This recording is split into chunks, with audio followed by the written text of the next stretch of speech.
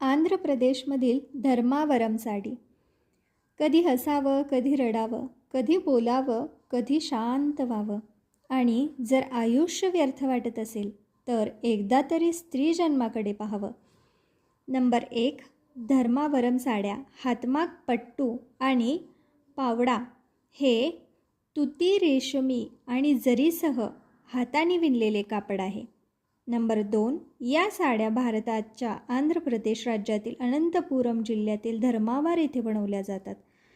Number 3, यांची स्थापना आंध्र प्रदेशमधून 1153-54 मध्ये ओडावरू स्वामी यांनी त्यांच्या आई धर्माबाई यांच्या नावाने केली.